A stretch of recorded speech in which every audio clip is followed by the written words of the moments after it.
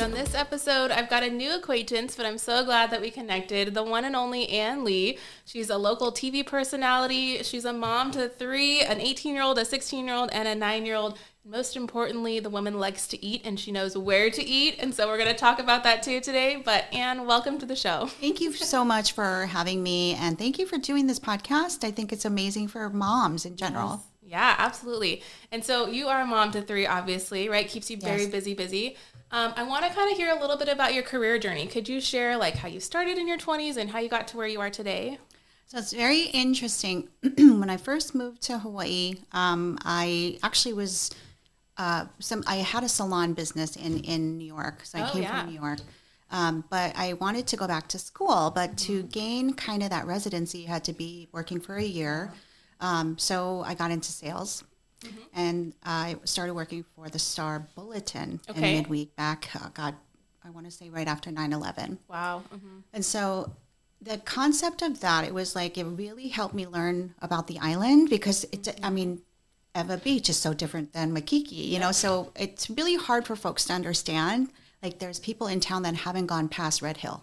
So they have not seen Kapolei Eva Beach, because like it is the second city out here. But it was really learning and understanding different types of facets of different businesses and relating. But the community that I most related with was the restaurant community because I worked in restaurants growing up, you know, in college and things like that. So that, I guess that niche started. And then being in the sales-oriented industry that I was, you needed to go and take them to lunch or take them to dinner. And so I wanted to get to the best restaurants and get the reservations that I needed. So that's really how that journey started. So cool. Okay. And then today, like, how do you spend your time? What are you working on most? What do your projects look like? So it's interesting because I've been doing this for 24 years and have even through 3 pregnancies and maternity leave, I was still working. Yeah. And in this industry, you still, in sales, there's no such thing as a vacation. Thank goodness for cell phones and laptops because that really, you know, helps us communicate even more. But I forgot the question. What do you do today? Like, what are your projects like? How are you filling your time with work? So, you know, it's interesting because of the different types of things and different types of people that I've been able to work with. I've been brought many different opportunities. Like right now we're doing a restoration of the Heart of Maui concert with 98 Degrees and Friends. Yeah, and 98 Degrees, did you hear that? The boy band. And that was something that they wanted to do because they were already looking at doing things in Hawaii, but then the Lahaina fires happened. And so the band itself, they really wanted to devote their time, and they're not charging a fee to do the concert on April 6th at the Blaisdell Arena. Okay. We want it to be a sellout. The prices of the tickets are a little bit higher than most because it is a benefit concert. All proceeds of the ticket sales go to Lahaina victims. Amazing. So you're a full-time event coordinator at this point, and a wrangler and networker and promoter and all the things, all the hats. Well, it's like being a mother. Yeah, absolutely, which you're a master at, so you got it. So you said you grew up in New York? Is that where you came from? I was born in Korea, and I came to New York when I was 3. Wow. But yeah, so raised in New York and then moved to Hawaii right after 9/11. Wow. Okay, incredible. And you were a very well-networked woman, as you said. So you've met all these crazy people, like good people in that way, high up in politics. You've met business owners, you know, very wealthy people. How would you say that networking has changed where you are today? And like, how has that leveraged your career? I got to say that being in this industry, first and foremost, you basically meet people firsthand. Yep. Meaning you go into a business and you meet that person, and that person, that was like 20-something years ago. Of course, those people are also going to... They grow with you. They grow with you. So that's really kind of how it happens. And then once you've established yourself and, you know, you build your reputation, you build that trust, those doors open for you. Yes. And it's that consistency and the reputation that is really, you know, in the industry, that's what you want to keep positive. Yeah. And one thing for Hawaii, it's like a very small island, right? And so everyone does know everyone. And I think it's true, even if you're not on an island, the cities are small in themselves, right? People know people, good people talk, you know. all of that good stuff. For someone who's new to an area, so like when you relocated, what tips would you have for them today in a technological world, right? It's 2024. How would you network with someone who's too busy? They're super successful, right? Like, good Lord, they don't have time for me. How do we ask kindly in a world like today when it seems like we're bothering them? Like, do you have any tips for that? Well, I feel that there are a lot of people that do take that for granted. And so I think that people that have established themselves and they are people that have worked hard and they just, it's like you've got to earn your stripes. Yeah. I would say be in the same types of industries or industry organizations and just, kind of get your feet wet in that type of industry that you, just say that you want to get real estate, for example, you're in real estate. They're the top realtors, that there's those events and things like that. But if you keep establishing a name for yourself, those doors are open. Yeah, so true. And it really is about getting in the room, whether that's the Zoom room or the physical room. Like, we just got to keep showing up and being present and like actually volunteering for conversation, not just being a fly on the wall. It takes courage, but I think you've done a great job over the years and you can see that in your career today. So good job on that. Thank you. So when did you start getting into video? Like, when did that world get introduced to you? So originally, during the pandemic, we wanted to do something to really highlight the restaurants because the restaurants were hurting. Yeah. The tourists weren't coming, the Asian market wasn't coming, and Waikiki was dead. I've never seen it so scary dead. Then, they're fighting for the same customer now, and it's the local consumer. And local consumers were getting so bored of certain food. So people want to see what the food is. So that's really kind of the concept of that, right? Of like what this restaurant has and like the hours and, what are your COVID rules? So that's really kind of how that started. And then it just, season after season, it got really popular. We're still not quite, with tourism as we want to be, but it's getting back. But, we still have the local audience that are, that need to eat. We do have a lot of the mainland tourists that still come, and they're actually very interested in what Hawaii has to 100%, offer. Yes. So that's kind of how it kept going. Okay. Yeah. Were you a natural on camera? No, absolutely not. Okay, tell me like a story from the beginning. I was like, the best thing was that these chefs were my friends. Okay. So they made it fun. Yeah. Nobody told me how to do it, what to do, but, just having that dialogue and just being kind of comfortable with that person really made it easier. Yeah. But once you looked at the camera, you kind of got like, what, What was I saying? Yeah. So there was a little, there was some, pauses and uncomfortable moments, but it got easier. It was like riding a bike. The more you do it, the better it gets. Yep, it's so true. And so I love that you shared that because people will ask me, Marina, you're such a natural, and it's like, actually, I really put in the reps to get here today. We just looked, we did 270 videos on YouTube in the last 2 years. That's a lot of content. That is a lot of content. And it's not that I'm perfect or that we get it right on the first try every time. Like just before this, we were filming some ads. It takes 2-3 times, right? We're tripping on our tongue sometimes. But for anyone, video is so important in today's world for entrepreneurs. Like you have to be on video, you have to see your face, and it just starts with starting. That's like the best advice. Yeah. I think if there's something you're passionate about, it's gonna come through. Yeah. It's not gonna be fake, so that's the other thing. It's really something that you love and you want to share. Yeah. It's just gonna show. Yeah, absolutely. Okay, I want to go into the food part a little bit because you are such a connoisseur. So we'll go into 2 parts. One is like, where should we eat and all the things, and we'll kind of go breakfast, lunch, and dinner, like your favorite spots. And then 2, I want to dive into the ag world a little bit with agriculture. So diving in, like if someone's visiting Hawaii, or even for us locals who are like, we have so many options, we don't even know the options that we have. What's your go-to for breakfast if you had to choose? See, I get that question all the time. Like, what's your favorite for this, and this? And it just really depends on what it is that I want that day.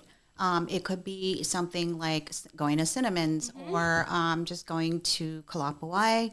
It could be, in what I found is that there's not a lot of places that do breakfast anymore because and pandemic really changed the scope of how restaurants really are operating. Tango was always my number one place to go because it was open super early. Okay. It would open, I believe, before pandemic, it was 6:00. Oh yeah, early. And I would do my breakfast meetings there, but you would see every powerhouse They're see, in the room. having breakfast. Yeah. But their hours are, I believe it's 7 now, but that's a place that's a go-to place. Okay. I know the food is going to be good and the service is great and their coffee is really good. Okay. And that's in Honolulu? That's in the Ward area. Okay. Yeah, you've never. I mean, I'm a West Sider. I don't go to town very much. What? There's lots of great places here on the west side too. Yes, yeah. But most of the places, like Mariposa is a go-to for lunch. The service is exceptional and the food quality. The reason why I bring that up is I've been told many times, like, oh, I would never go there. And I'm like, you would be quite surprised to see how attainable and affordable the entrees are. And the food is so good. Service is excellent. But it's pretty similar to other lunch places that you would go to. Yeah. Okay, so let's talk dinner for a second. Like, more specifically, though, I think we have such a range of Asian food here in Hawaii, and that's really, like, our sweet spot, right? Is like, okay, we have 6, 7 countries to choose from. Which one could we choose? Is there a specific, like, Thai spot or, I don't know, we love, like, Ping and the Lady, but, like, something like that that's different than your traditional, like, barbecue? Where would you go? So I always bring up Chef Chai's for a reason. Chef Chai is the only Thai trained chef in Hawaii. Oh, I didn't know that. So he will make, time to time, he'll make a special Thai menu. It was like his childhood favorites. But his cooking, he kind of takes all of the ethnicities and puts it into one. So there's something for everybody. He even has one of the best lamb chops, oxtail soup. There's it's so good and it's consistent. And I think that if you're going to go to a dinner, you want the food to be consistent. I bring a lot of out-of-town guests there, and they are blown away. So it's, That's a good tip. yeah, like I said, calories. You're going to eat calories. It better be worth it. Absolutely. And I've heard Chef Chai is just like a great experience, like overall from the atmosphere and everything. It's super good. Yeah. For someone who's touring here, they're a tourist. Do you have like a top 3 go-tos, like must hit these? You know what I find is I see a lot of tourists that look at Yelp and things like that. I think you're going to find restaurants open because the food is good, period. So you can't go wrong. I think there's some places that overcharge. You could probably get that item for, less expensive. But that's really what it is. If you do your research and if you look at local types of resources that do recommend different types of restaurants, you're good. You can't lose. So true. Yeah. And I think just experiment. Like Hawaii's a great place to experiment and try something you've never tried. Yeah. So one that I always say is you got to try Filipino food because you probably don't have it in your hometown back in the States. So Peso, they just opened up at Ward Village. Yeah. I haven't been yet. Is it good? It is so good. Yeah. It's kind of like I don't want to use the word upscale, but it's more of like it's your grandma's cooking, but with a little finesse twist. If like a fusion-ish, fusion, but I mean the flavors are still there, but it's kind of giving it more of like kind of like a update. Okay. Because I feel like some of the older traditional cuisine, it's kind of getting boring for people. Super simple. I mean, you want to make sure that kind of palate, you kind of increase the awareness to the younger generation and keep it going. Sure. Love that. Yeah. Like chicken and papaya is just chicken and papaya. But if we add a little crunch, maybe it's cool. they like do all the things. They have a Pinoy, how do I say it? Pinoy kase. So it's like an omakase, but it's all, well, that's a fusion. It's super fun. Okay. We've been talking about going, and every time we drive by, we're like, we got to check that out. You have to check it out. Will. Thank you. Okay. That's a good one. Okay. Switching over to the farm stuff a little bit. So I own Tolentino Honey Co., like I said. So we have 75 beehives out in Waianae on the family farm. Wow. My in-laws have been farming out there since 1980. So long time. We have 10 acres. And now we're finding ourselves where we've bought 2 condos in Ho'opili. We're very thankful for that, but we're ready to move back to the farm. And so in 2 weeks, we're moving back to Waianae. Oh, my goodness. But that means I really want to get back involved in the farm. So in 2017, 2018, 3 days a week for 4 hours a day, I was beekeeping. That was like what I was doing. And we learned everything from a master beekeeper who was nomadic, traveled all over the world, teaching people how to beekeep. So it was super cool. But I love the relationships that I built with chefs through that process. So we were wholesaling to MW, to FET, like we're all friends, right? Bread shop, like all of us are good vendor friends. And now I'm like, we've kind of separated from that world because we got like modern, I don't know, Eva Beach life.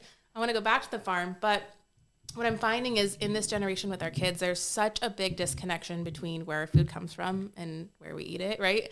And so part of this is creating a nonprofit to really educate on that. So with your experience, just through work, you know, the behind the scenes of the businesses, right? These chefs are your friends now, these business owners.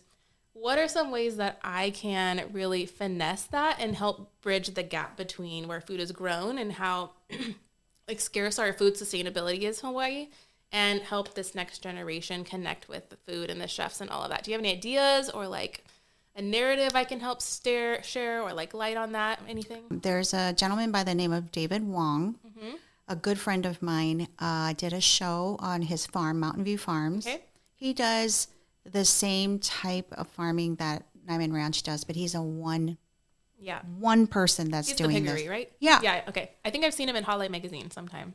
Yeah. But if you Google it, you'll see. I'll send you the link. Okay. But he got like almost 100,000 views on that video. He has people calling him all the time because no pesticides, no hormones. He does the way that he does the how he waters the plants is through ocean. Oh, interesting. So it's and the whole episode walks you through the process. How like. You could literally take a leaf and just eat it. So good. Walking through. Yeah. And then he feeds that to the pigs. So it's like this whole natural process. Regenerative farming. Yep, absolutely. No, that's where we're going to. It's got to work in a full cycle and working with nature instead of against it and forcing something to happen. And he's right in Waianae. I know. We've heard of his name quite a bit and we just haven't made the connection, but I will reach out. Yeah, thank you. I would love to connect you too. Yeah. No, that'd be great. And great homeschooling experience for the kids. So I'll go out there and learn some stuff. No, thank you so much. I think that's where this episode can kind of come to a close. Is just like, all these amazing things in Hawaii that are at our disposal. So many things to eat, so many things that are unique to Hawaii, and we just need to know more about them. And that's through connecting with cool people like you who know the secret spots and all the good things. And then seeing what can we do to make Hawaii better. That's really a big part of it. And so what you're doing with this this concert at Blaisdell, you want to give us one more time the spiel of how to get involved and what's included with all of that? So tickets are on sale now. It's 98 Degrees and Friends. So it's a restoration of the heart of Maui. We say friends because you never know who's going to show up. Sure. Ooh, that's exciting. But all tickets, all the prices for all the ticket sales will go to the Lahaina fire victims, and then also our nonprofit partner is HARA, and they are the Hawaii Academy of Recording Arts. Okay.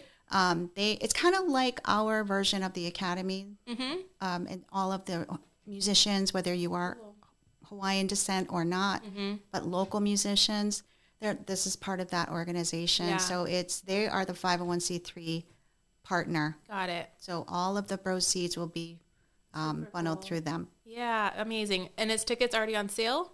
Yes. Okay. You can go to Ticketmaster.com or Blaisdell Arena box office, and then 98 Degrees, all of their social media and their website. You can purchase tickets that way too. Amazing. Okay, and then if you're actively looking for sponsorship, so if there are businesses that want to donate and all of that, how do they get involved? Who do they talk to? Just So if you go to that website, or you could literally email me at honoluluann@gmail.com. Okay. It's Ann with an E. It's all on the QR code. There's a QR code, and all the PSAs are going to be running right now. Radio stations and television stations. So you can see what it's about. Yeah, no, we're so excited for that. I'm definitely going to be there. Awesome. So we wrap up every episode with a fun rapid fire. So what is your Starbucks order? Oh, venti dark roast. Okay, easy, simple. She's a simple girl. What do you make for dinner if it's last minute? DoorDash or Uber Eats. Do you cook? She got it on lock on the app. What's your fave go-to department of Target? And do you have a favorite designer? Oh, you know what? We like to go to the Bullseye area. Yeah, that's good ones in there. Name a book or a podcast you'd recommend to the show audience and why? I love Armchair Expert. Okay. He covers I just enjoy the banter and the type of guests that he brings on. Because Jax, you look at Monica is this like sweet, personality. And then you have Dax, who's like, he's from Michigan. He drives muscle cars, and they just have such a balance. Yeah. And then they bring in these amazing people I've never heard of, you know, Cool. and then you just learn about like from, you know, government to like Barack Obama was on their Random podcast. topics, yeah. Random What's topics. it called? Armchair what? Armchair expert. Okay. So I'm going to check that one out. That's a fun one. TikTok or Instagram? Instagram. Okay. And where can listeners find you online, or how do you want them to get in touch with you? Just your email or the site? Right now, Sparkly808 is my Instagram handle. Sparkly Productions, the website is being developed. Okay. Exciting. Very good. Well, this was a good one. I think just to plant some seeds, get people excited about Hawaii's food, and really to connect with you. And you are a woman of many talents and many connections. And I'm glad that I got to connect with you today. This is the beginning of a relationship that I'm excited about. Yeah, so, no, thank you. It's a pleasure and honor to meet you too. Yeah, thank you so much. And that's a wrap. We'll see you again next time.